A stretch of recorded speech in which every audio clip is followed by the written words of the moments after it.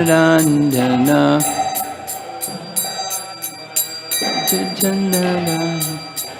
Jasodhanandana Brajajanarandana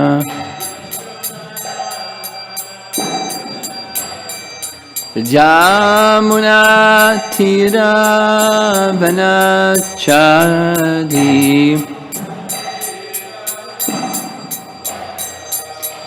Jamuna Tira Vanachadi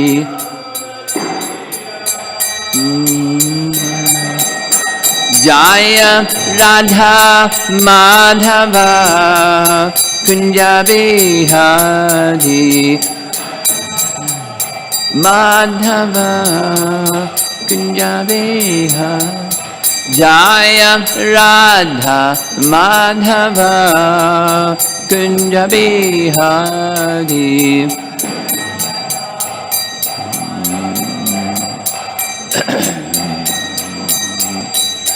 Gopi Jana Balabha Girivardhari Girivardhari Gopi Jana Balabha Girivardhari Girivardhari Jasodhanandana Brajajanarandana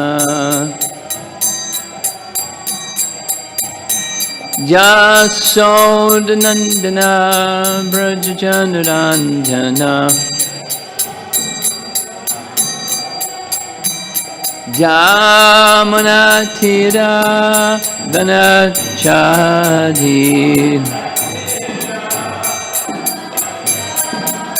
Jamuna Tira Vanachadi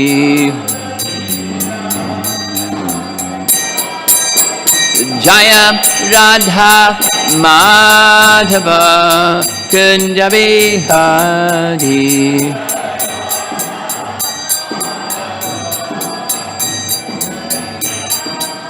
Jaya Radha Madhava Kunja Bihari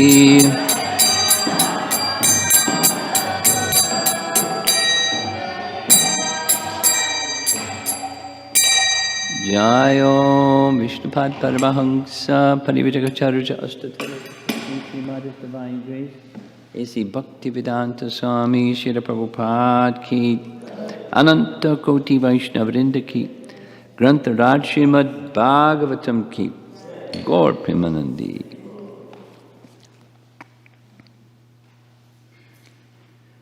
Om Namo Bhagavate Vasudevaya.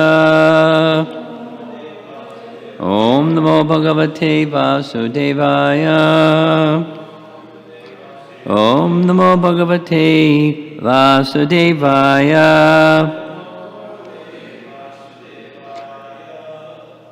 We're starting a new chapter called Wonderful Krishna. Sounds like a nice chapter, huh?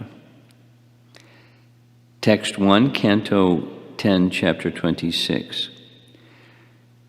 Shri Shuka Uvacha Evam Vidhani Karmani Gopa Krishnasya Vikshate Atadvirya Vidha Prochuhu Samabhyetyas Suvismita Evam Vidhani Karmani Gopa Krishnasya Vikshate Atadvirya Vidha Prochuhu Samabhyetya Suvismita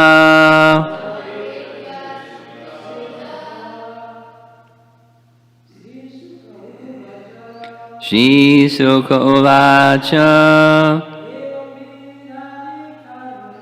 Evam vidhani karmani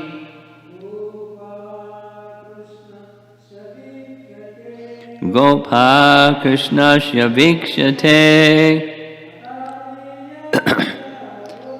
Atadvirya vidha prochuhu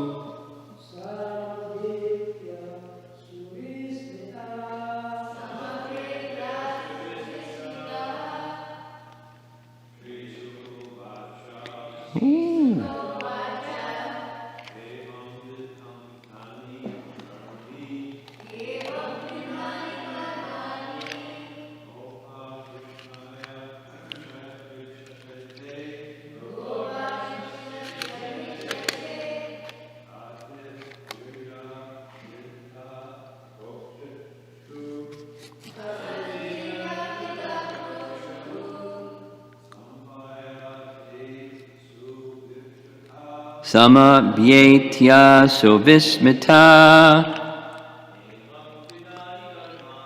Evam vidhani karmani Gopa Krishnasya vikshate Atadvirya vidha prochuhu Sama bhyetya suvismita Shri Shoka Uvacha Evam vidhani karmani Gopa Krishnasya vikshate Atadvirya vidhak prochuhu Samabhyetya suvismita Shri Shoka Uvacha Evam vidhani karmani Gopa Krishnasya vikshate Atadvirya vidhak prochuhu Samabhyetya suvismita Shri Shoka Uvacha Shri Shukadeva Goswami said, Evam vidhani, like this, karmani, activities, Gopa, the cowherd men, Krishnasya, of Lord Krishna, Viksha, seeing, Te, they, Atat Virya Vidha, unable to understand his power. Prochuhu, they spoke. Sama Bhyetya, approaching Nanda Maharaj. So Vismita, very astonished. Translation, Shukadeva Goswami said, the cowherd men were astonished when they saw Krishna's activities, such as lifting Govardhan Hill. Unable to understand his transcendental potency, they approached Nanda Maharaj and spoke as follows. I'm going to go back and read the chapter introduction and then the purport.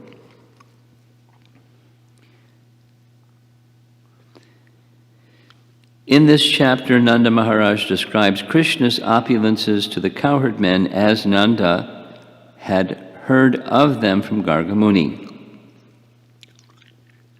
Paragraph.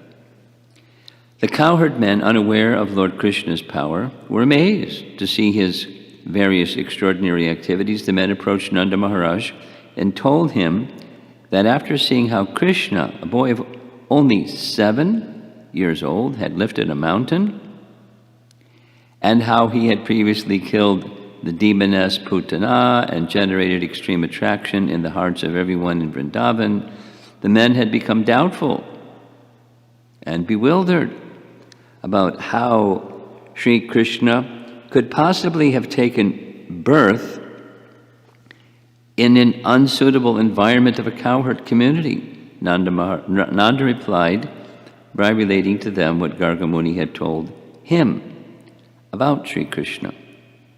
Paragraph. Garga Muni had said that in the previous 3 ages, Nanda's boy had manifested himself in white, red, and yellow forms, whereas now, in the Dvapara Yuga, he had assumed a darkish blue form, Krishna Rupa.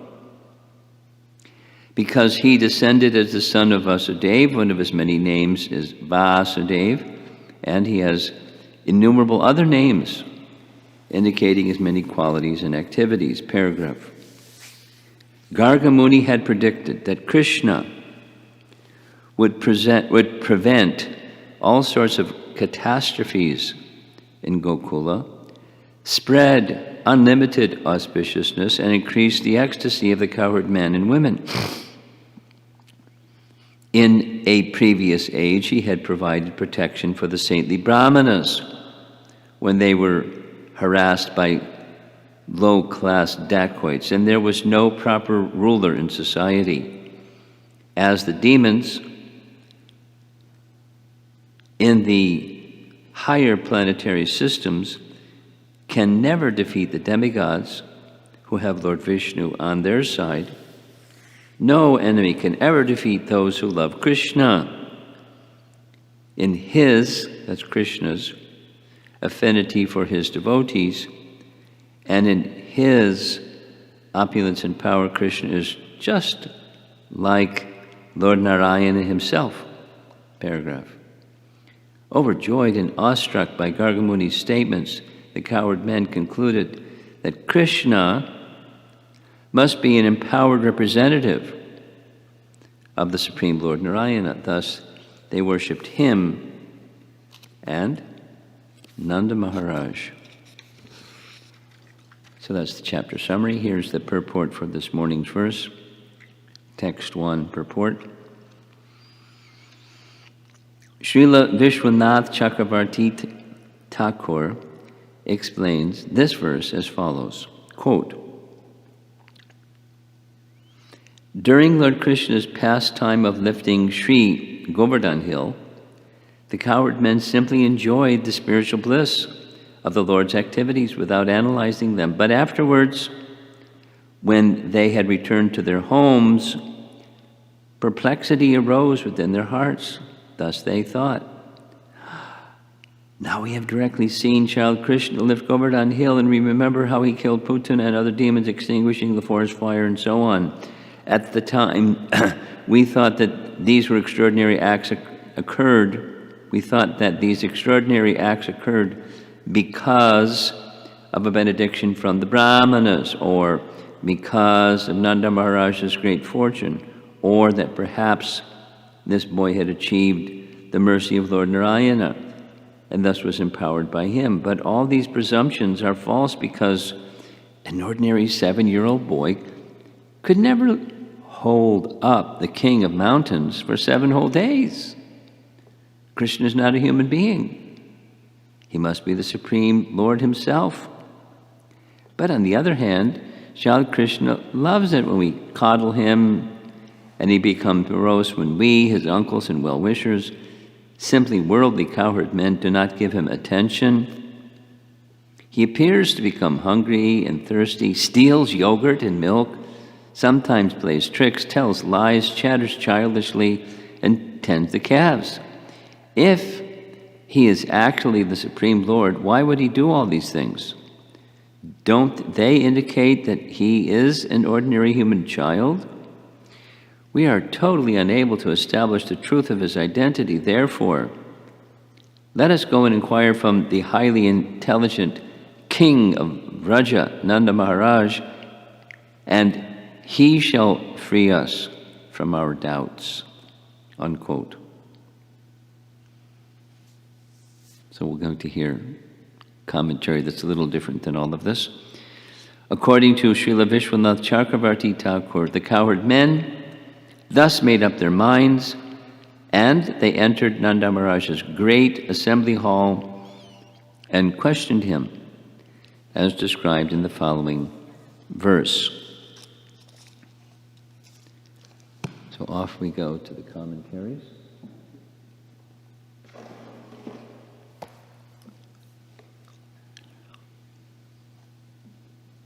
And there's several of them. We'll start with Bhanu Swami's translation of Vishwanath Chakravarti Thakur. The 26th chapter describes the doubts of the cowherd men about Krishna's powers and Nanda Maharaj reminding them of the words of Garga. Paragraph.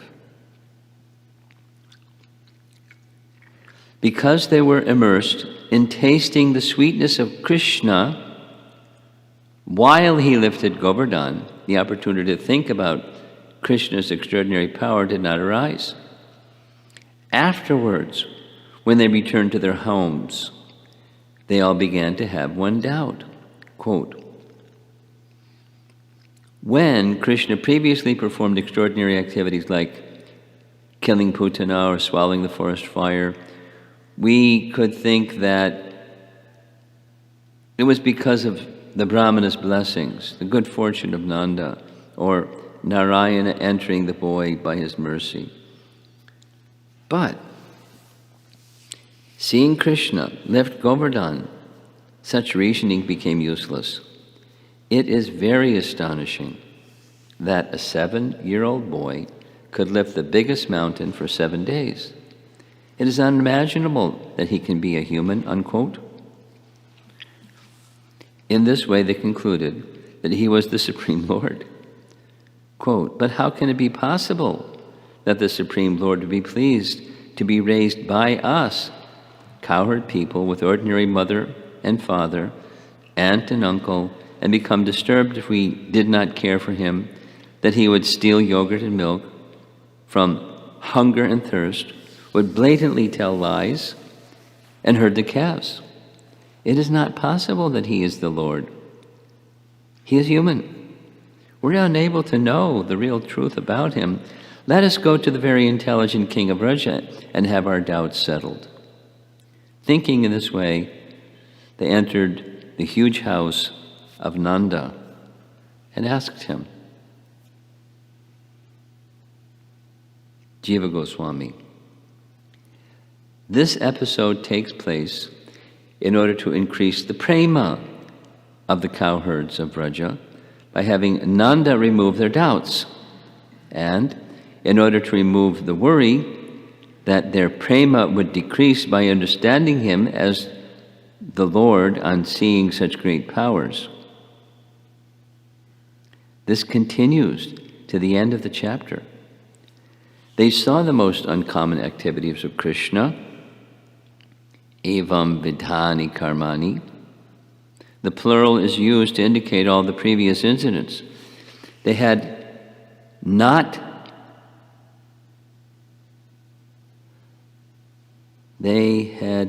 thought about his powers, since they were famous for always being controlled by their affection for him. Being completely surprised, they approached Nanda with great devotion and spoke with great prema, or showing logic, pra uchuhu. I'm going to go a little bit forward. This is different. This Jiva Goswami's Priti Sandarbha, so that's the mood.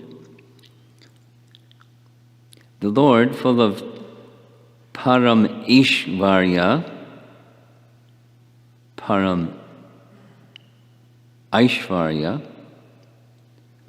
supreme opulence, acts as udipan, stimulation, for bhakti, with fear and gravity as limbs of bhakti.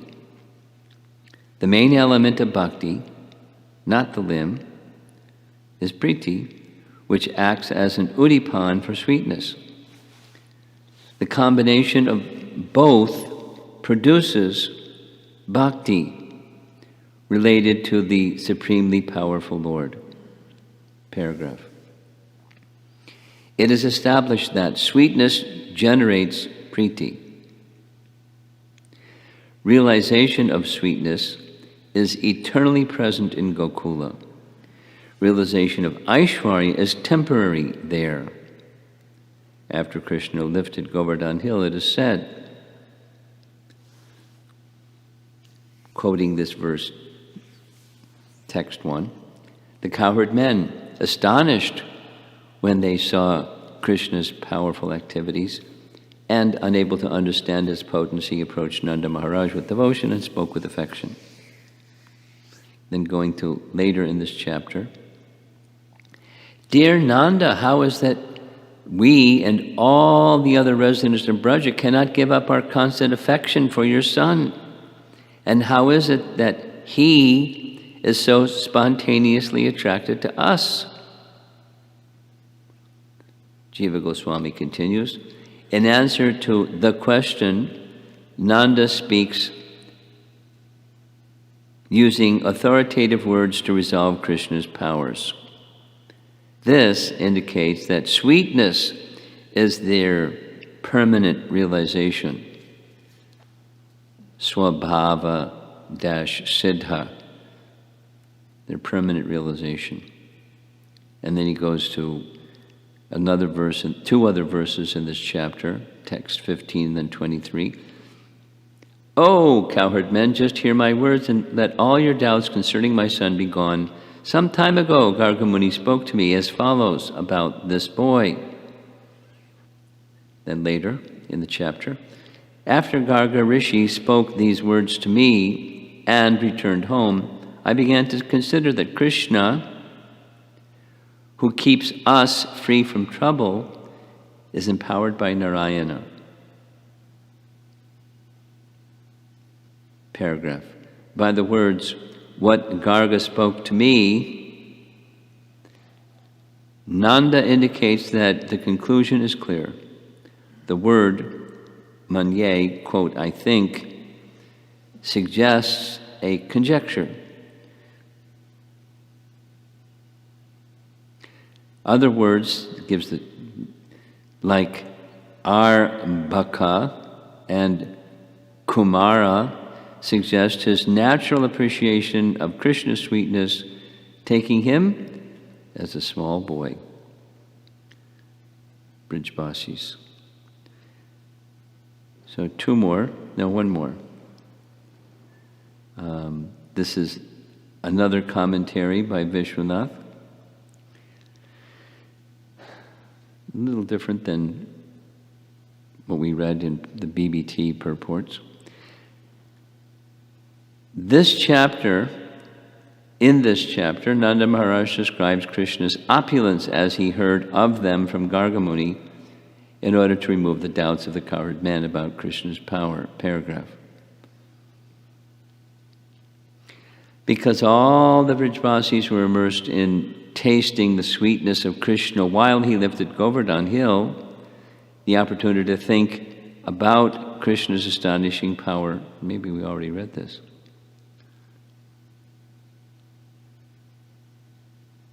Yeah, we read this.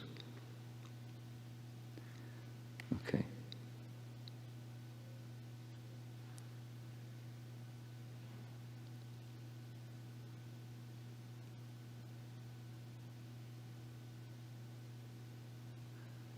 It's another commentary by Vishwanath. And we didn't already read it, but it's quite similar to the one we already read.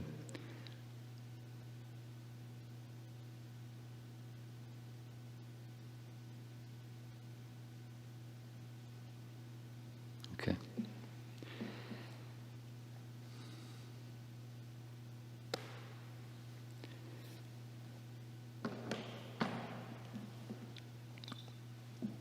From time to time, a natural question arises.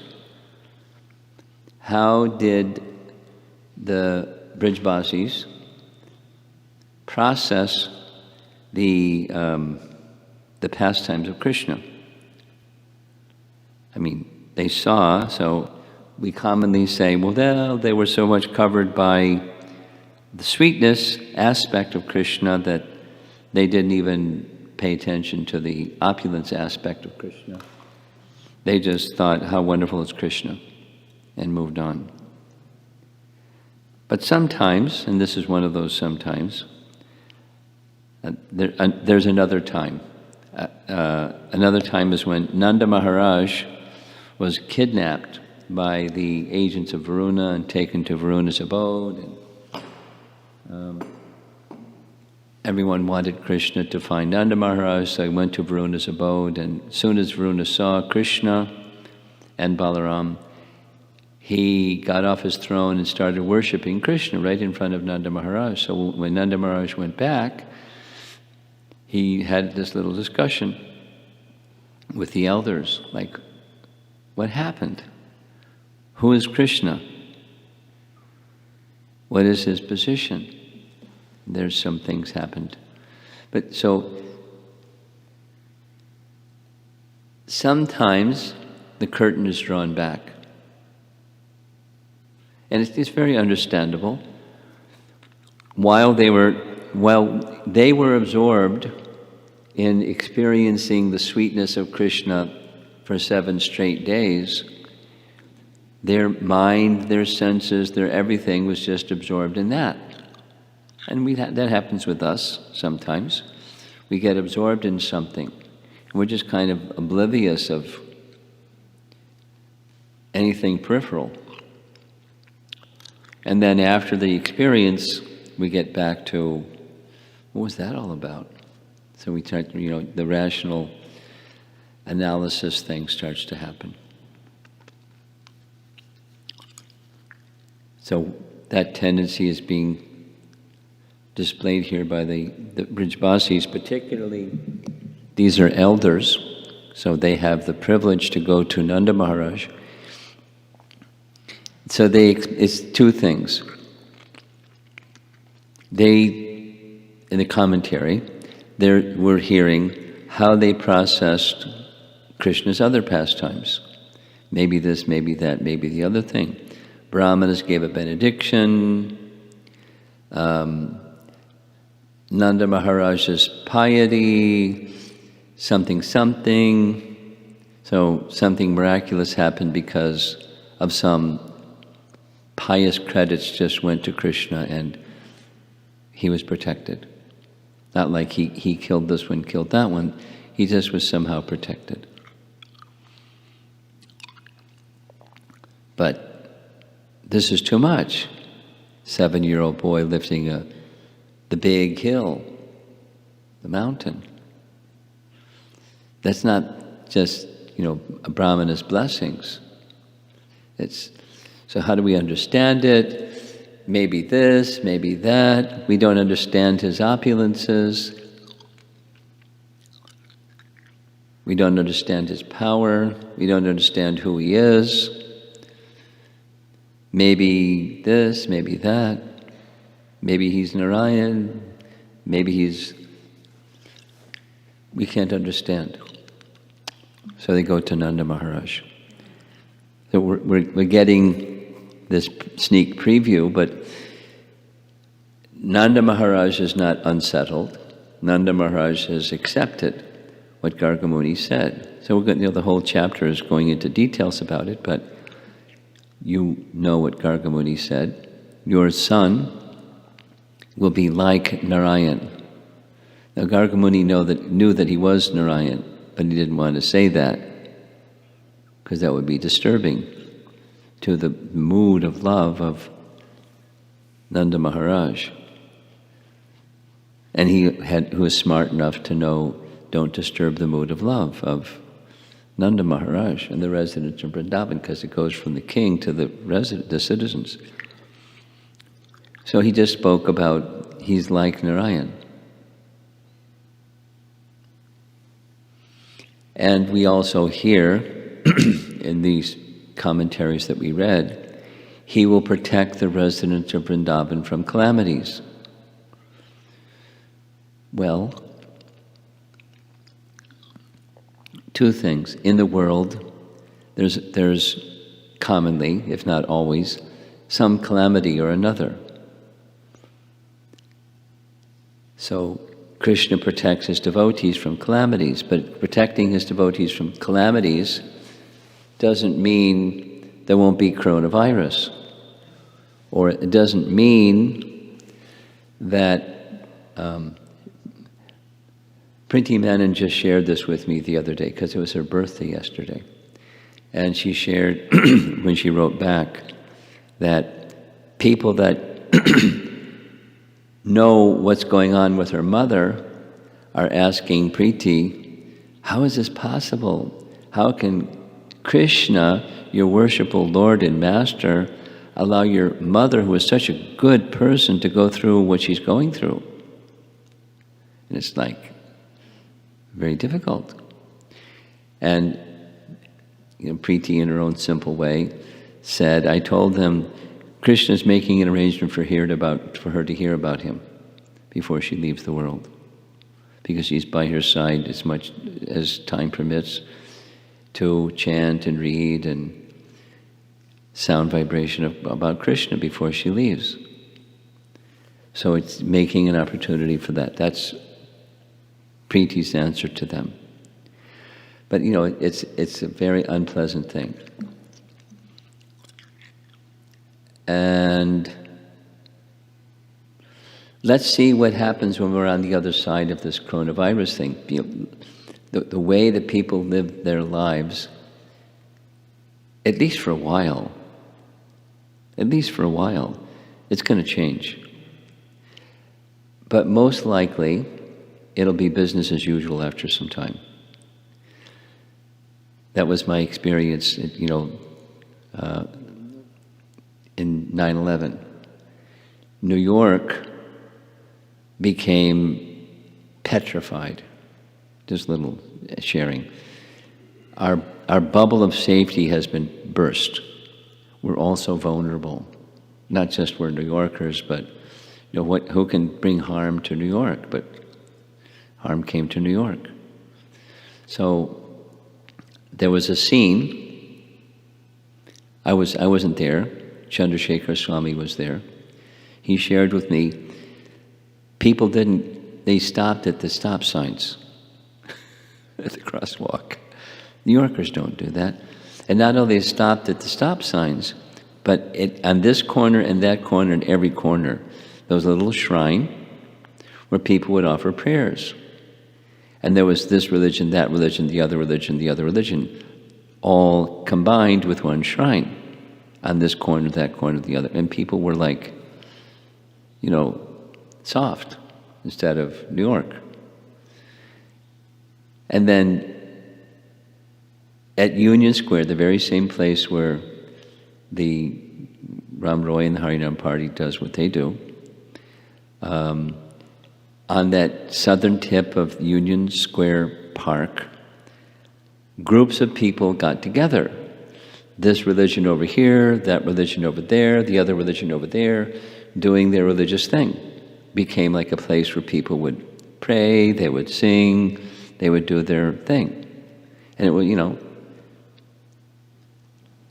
very respectful of one another, but being very religious. People got really religious. They prayed to God a lot.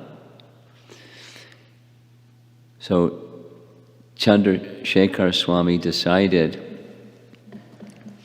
that he would just go alone and not even have musical instruments. No, he had harmonium. One person, mat, harmonium, and just chant as people would pass by, and a sign that says, if you want, pastoral counseling between this hour, that hour at 26 2nd Avenue, gave the address. So he went there and some people came. So that went on for 30 days, for a whole month. And it was like planned that after 30 days, we'd bring out the first little Harinam party. So some devotees from the temple got mats and sat on no standing, sat down. One soft pair of kartals, one softly played mridanga, and acoustical, no amplification, singing.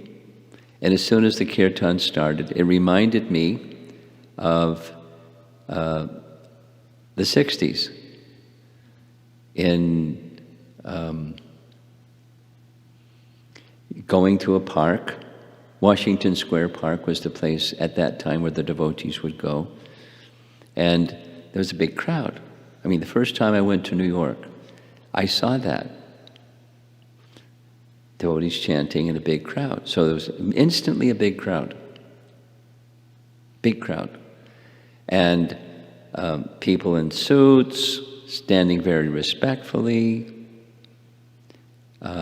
One looked like a model, sat down next to the ladies over there, and there's a businessman crying and so forth. It was like people were in a soft-hearted position because of the calamity. And of course, business as usual after some time. It took a while, but calamity helped people turn to God. That's just worldly people. And now coronavirus, I can only imagine what it's like. Besides, it's really quiet on the streets. But people are probably very fearful of their lives and more careful with what they say and do and so forth, because it's one of the epicenters of deaths. I know 2 people that work in hospitals in New York, and the whole scene in the hospital is overcrowded and fearful amongst the people that are working in the hospital. So, calamity. Now, so far, I only know of 2 devotees. There's a few. A few devotees have been infected with coronavirus. 2 of them are elderly here in the United States. And Praj Bihari mentioned there's somebody he knows that's an elderly Vaishnav somewhere in Europe. And it's like very terrible. So why is Krishna letting this happen to a devotee? He's going to protect the devotees from calamities. That's what we hear. But when a devotee gets attacked by a calamity, there's not just a silver lining within the cloud, there's an elevation potential within that experience of, sitting straight instead of being complacent, or purification, or taking deeper shelter, or whatever it is. That's Krishna's intention. But the devotee is protected, not in the material necessarily, but in the spiritual sense, protected. That's the promise of Krishna's protection. Not that we'll never get old and never die and never get diseased. Then that's the proof of Krishna's protection. That's not the promise of protection or relieving one of calamity. But in this case, he induced the calamity, he protected during the calamity, and he exchanged in transcendently blissful ways. And now they're going through this exercise of, who is he? Commentary says, normally they don't go there. The Aishvarya remains concealed. But there are moments when the Aishvarya becomes revealed, to their consciousness, because otherwise they have some other ways of looking at his opulence. But there are some windows where the curtain goes back and they're looking at, who is he? We don't understand his opulence.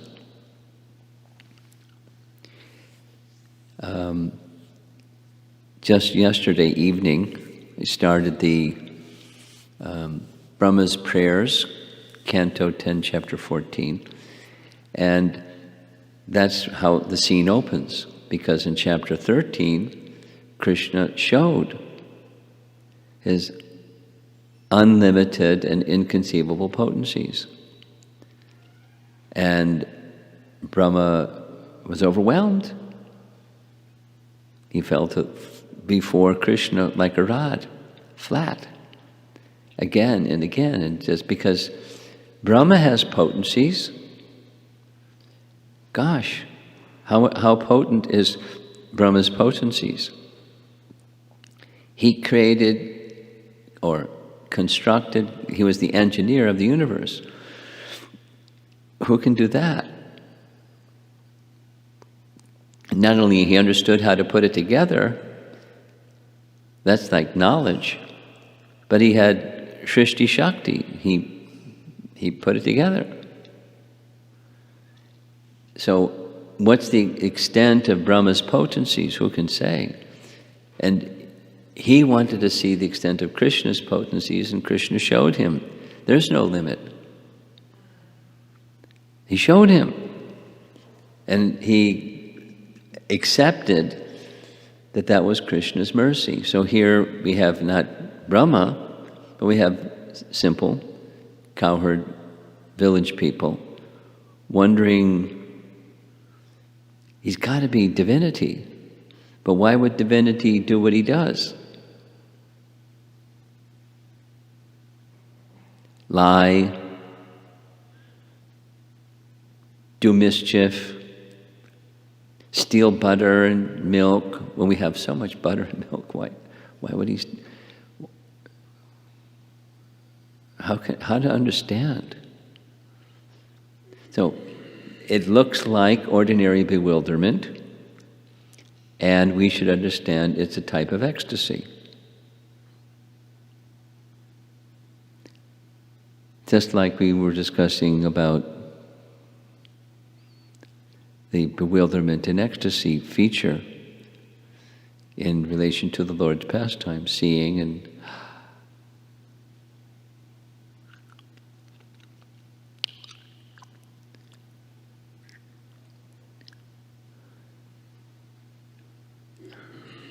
we're getting a look, we'll end here, we're getting a look at the love of the Brijbasis, the love that Nanda has toward his son, Krishna,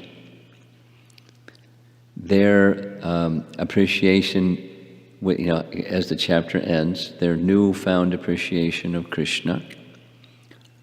It seems that from what we just read, Nanda's conclusion is that Krishna has received some special power.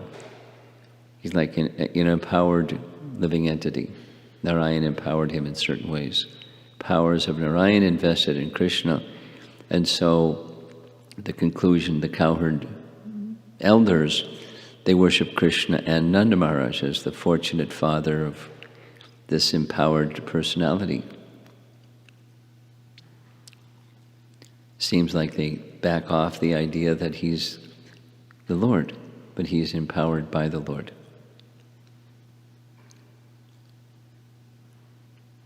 It's a natural question when you see extraordinary powers to wonder, wow, where does that come from? How did that happen? So, let's see if there's some discussion. Jitendra, you've got some? Yes, yeah, sure.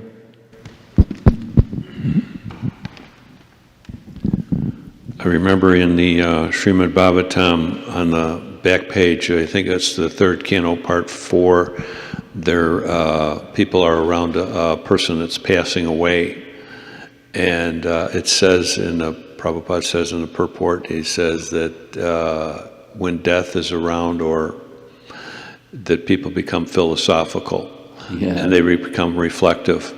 But I've seen it at funeral services here, that for a little while, but then they go back to where they're left off.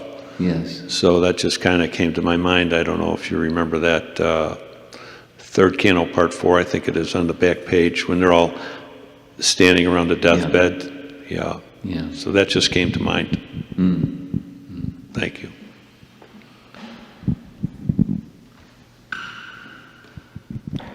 There's one online question from Vibhu Chaitanya Prabhu. For offending Maharaj, Ambarish sage Durvasa had to beg forgiveness from Ambarisha himself to be forgiven by the Lord.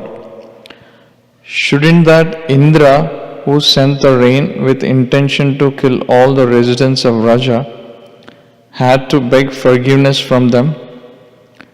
This is evident from many instances from Lord Chaitanya's pastimes, where even his mother had to beg forgiveness from Advaita Acharya.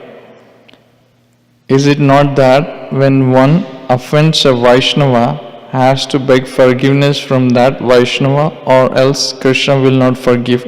Question.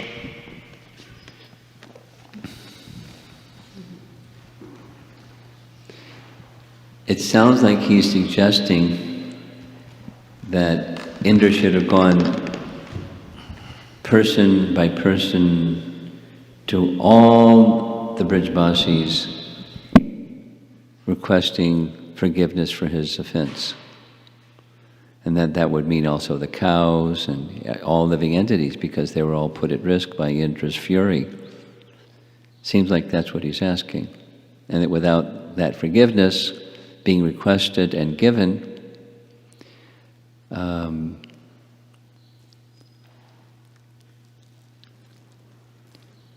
why is it that, will Krishna simply forgive one, by approaching him, all the others automatically will have given their forgiveness. He doesn't have to go and ask all the others. That seems to be his question. Everybody get that picture? That's his question?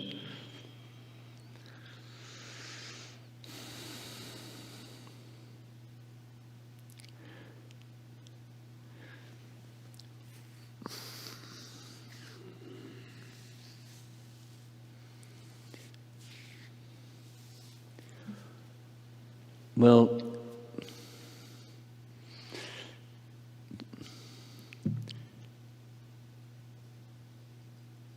two things come to mind. Not necessarily. Let's just say, in the laws of Manu, supposing somebody commits murder and they are to be punished, and they're relieved of that reaction because they were given the death penalty. But the persons who have been affected, not just the one who got killed, but all the persons related to the one who got killed. Now what about all those people? So that one person that was killed, it's atoned for the one person, but the suffering and inconvenience or whatever else others went through. The main person that Indra was angry with was Krishna.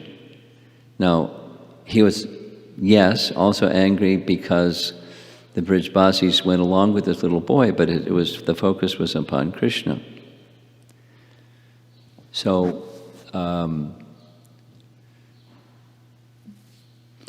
if Krishna, by approaching Krishna, etc., Krishna's forgiveness, it relieves him of the offense to Krishna.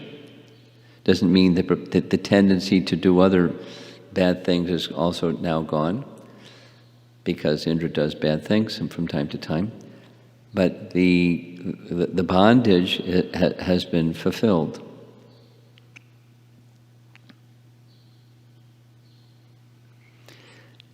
It's unrelated, related but not exactly to the point.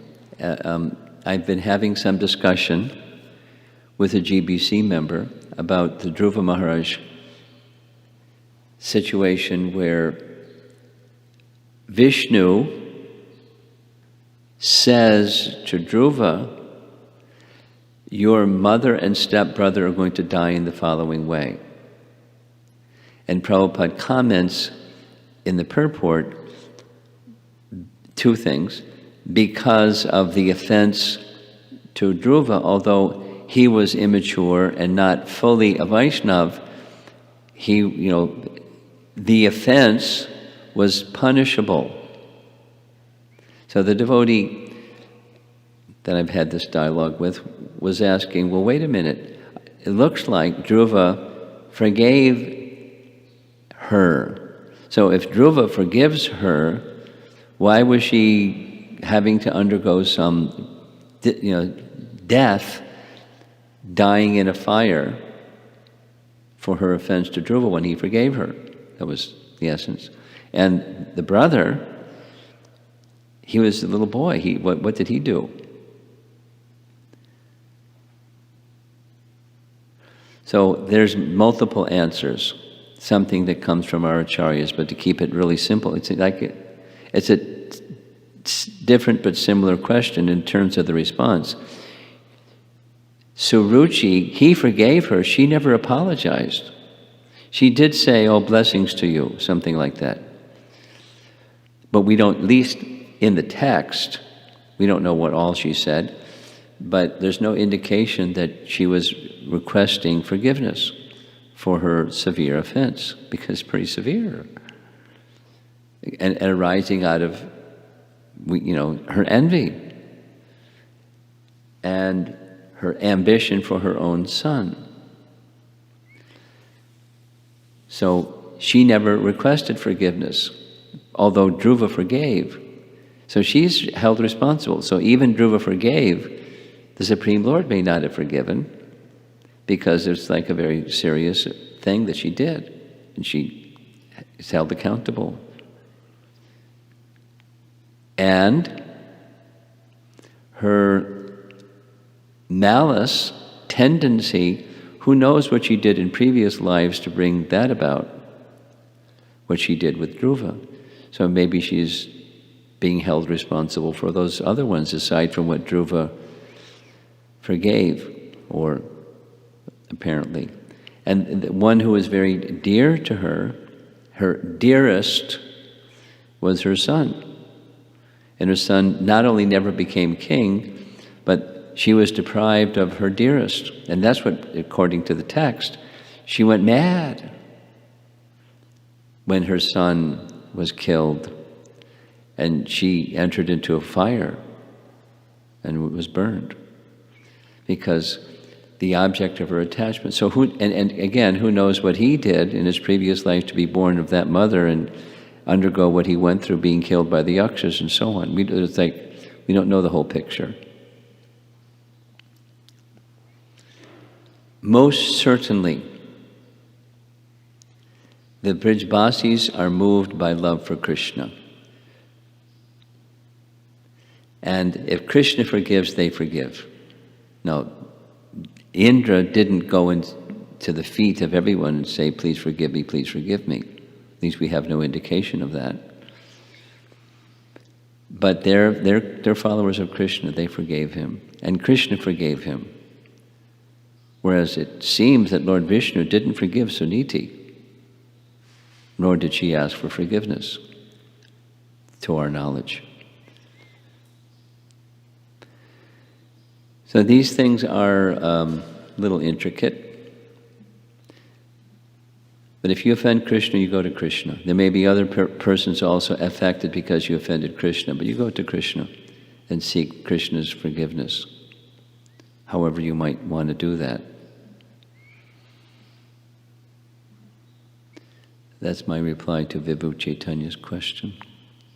Not completely satisfying, but that's the best I can do. It's a little tricky question. One more question from online, Guru Maharaj. Okay. This is from Josha Mataji. When a devotee is affected during a calamity situation, when devotee is confronted, affected by a calamity situation, he knows that it is Krishna's plan and he is not exempted from birth, death or disease. When a non-devotee witnesses this suffering of a devotee, their acceptance in taking shelter is failing. How to give them confidence? I don't understand the question. Does somebody in the room here understand the question? How to give confidence to non How to give confidence to non-devotees when they're passing through a calamity? That's the question? I think it's more that non-devotees, they don't understand the faith. Could you give him the microphone so people online can hear? Thanks. So a devotee who's properly situated will understand that whatever they're going through is the will of the Lord. But Or when sanction, at least. Yes, Sanction. it's sanctioned by the will of the Lord. Yeah. But when you tell that to a non-devotee, they have a hard time swallowing that. So the question is, how do you instill the faith in people around you? That, yeah, I guess that's the question. Even aside from a non-devotee, even when Dr. Devotee shared this with me, he's a devotee, Hare Krishna devotee doctor, and he has a medical practice, and his partner in medical practice is a, really sincere, good Christian. And something happened in the life of his partner. His nephew died in some untimely way, I forget what. Whether it was health or car accident or something. And so his partner was asking him, how would God let this happen? And because, he's a good person. My nephew was like a really nice, good person. So how could God let this happen? He wasn't like a faithless man, but it tested his faith. It couldn't figure it out. So they had this discussion. And the simple answer, so supposing it's a non-devotee or besides a religious person but doesn't really get it, this devotee put it really simply. He said, "Do you ever make mistakes?" "Of course I make mistakes." "And if you make a mistake, are you responsible for that mistake?" You're accountable for your mistakes. It could be even accidental, but if you make a mistake, you're accountable for your mistakes, of course. So similarly, either you or your nephew or combination for certain have made some mistakes and you're accountable for those mistakes. He said, "No. How can I be deprived of my nephew because I made some mistakes? You're saying I'm responsible?" He's like, got indignant. So that was some years ago. This doctor was sharing, and he's kind of come around to accepting I'm responsible for my mistakes. Now, that's just a worldly thing. You're responsible for your mistakes. It's not exactly God-centered, but you're responsible for your mistakes. In this case, this man is God-centered, but I'm responsible. I am accountable. Who am I accountable to? To God. So a non-devotee isn't going to say God, but I'm accountable for my mistakes.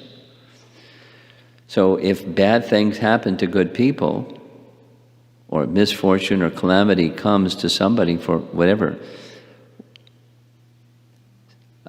it points to the karma principle, which is unpalatable. I'm responsible for my misfortune.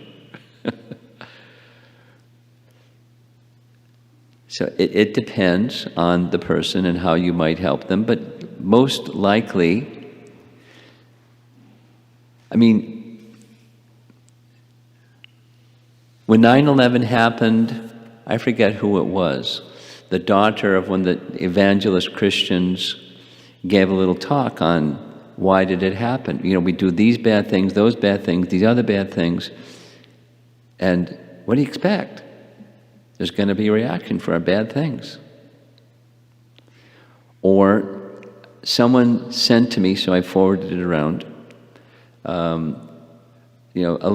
letter signed at the bottom. You don't get it, till you read the bottom, but it's signed coronavirus. I was whispering to you about protect the earth, but you didn't hear. I was whispering to you about this, and so misdeeds of people, and you didn't hear. Then I spoke up and said it louder. There was this, and you didn't hear. I spoke louder, and you didn't hear, and So now I put my foot down, and now the air is becoming cleaner in China, and the water is becoming cleaner in Venice because people aren't going around with their gondolas, and now there's different things. So I hope you've heard. Signed. Now that's not like God, that's coronavirus, but the picture is we're responsible. Why does calamity come? Because we're responsible for our misdeeds. So some people want to say no. So what are you going to do with people that want to say no? I haven't done any misdeeds, or I've done misdeeds, but I'm not responsible for them. So calamity comes.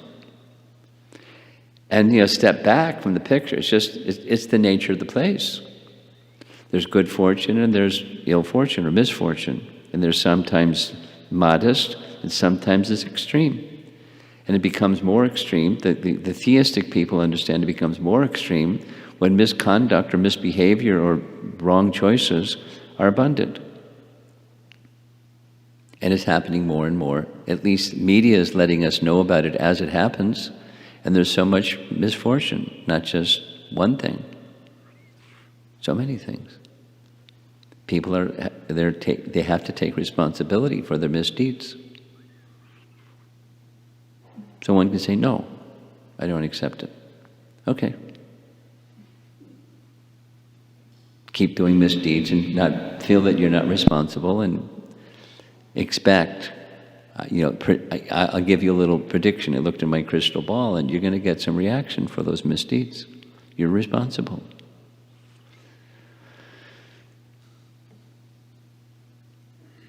Okay. Anything else? Yes.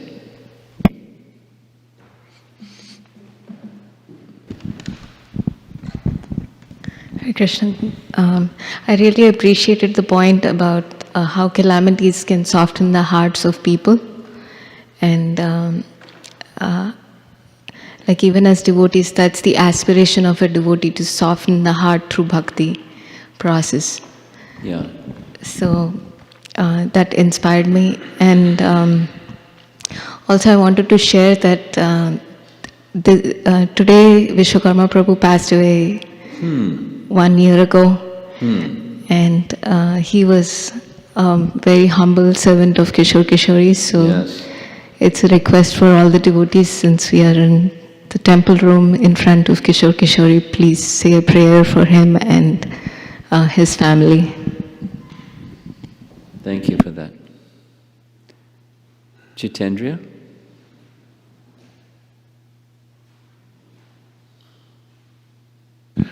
You were saying about our consequences, the last sentence of this book, Inglorious Empire, it said, it's about the British Empire. It's written by an Indian politician, but it said, sometimes the best crystal ball is a rear view mirror. So that was the last sentence of the book, and it kind of reflects on what you're saying. Hare Krishna. Srila Prabhupada ki jai.